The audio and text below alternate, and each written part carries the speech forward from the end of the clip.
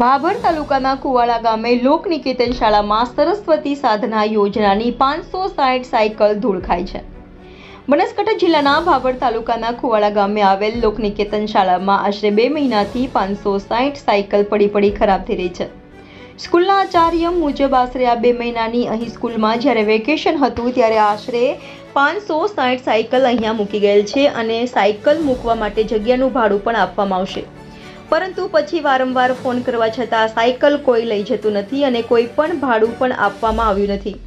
સૂત્ર મુજબ આ સાયકલો ગુજરાત સરકાર દ્વારા સરસ્વતી સાધના યોજના અંતર્ગત કન્યાઓને આપવામાં આવે છે, પરંતુ ઘણા સમયથી આ સાયકલોનું વિતરણ ન થતાં એજન્સીઓ પર ઘણા સવાલો પણ ઉઠી રહ્યા છે।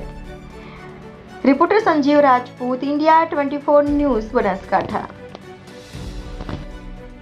કુવાડામાં જે સરસ્વતી સહાયકની સાયકલો ઉતરી છે તે ઉતારી છે એમને છેલ્લા 3 દિવસથી મીડિયાવાળા અહીંયા આવે છે। હું વાત કરું જ છું કે એમણે અહીંયા એમના 15 દિવસ માટે જ ઉતારવાનું કહ્યું હતું કે અમે વિતરણ કરીશું, પણ એમને કંઈક હવે ખબર નથી એમનો શું પ્રશ્ન છે, પણ અહીંયા છેલ્લા 2 મહિનાથી તો પડી જ છે અને હું એમને ફોને કર્યો હતો એટલે એમણે એવું કીધું છે કે 15મી ઓગસ્ટે અમે વિતરણ કરવાના છીએ એવી વાત થઈ।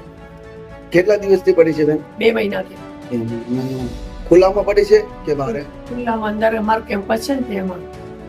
એટલે કોને અનુસંધાનમાં લાગ્યું? આ સાયકલો કોને આપવાની છે? એ ધોરણ 9ની બાળાઓ જે છે ને એમને વિતરણ કરવાનું છે। સરસ્વતી સહાયક યોજના જે ચાલતી હતી આપણે ત્યાં, એમાં ધોરણ 9ની બાળાઓને જ આપવાની હોય છે સાયકલો। બરાબર। આ સાયકલોને અમારે કશું જ લેવા દેવા નથી। કઈ સંસ્થા દ્વારા આપવામાં આવી? સર, કઈ સંસ્થા દ્વારા સાયકલો? આ ગાંધીનગરથી અહીંયા ઉતરી છે। ગાંધીનગર તમારે એમને તમે ઉતારવા દીધી છે? અમે એમને એવું કીધું કે જગ્યા આપો અમને, એટલે અમે તમને ભાડું આપીશું, એટલે 15 દિવસ માટે મેં આ ઉતારવા દીધી હતી।